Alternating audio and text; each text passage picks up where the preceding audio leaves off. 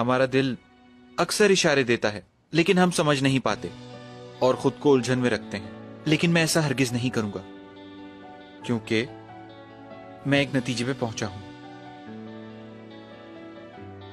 और वो कुछ इस तरह से है।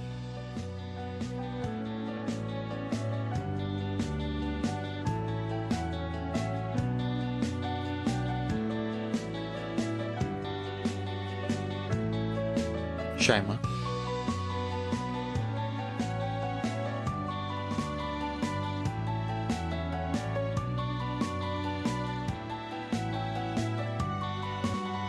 इंसान जिंदगी में बहुत सी गलतियां करता है, मैंने भी की, और इन्हीं गलतियों से सीखता है, जैसे मैंने सीखा।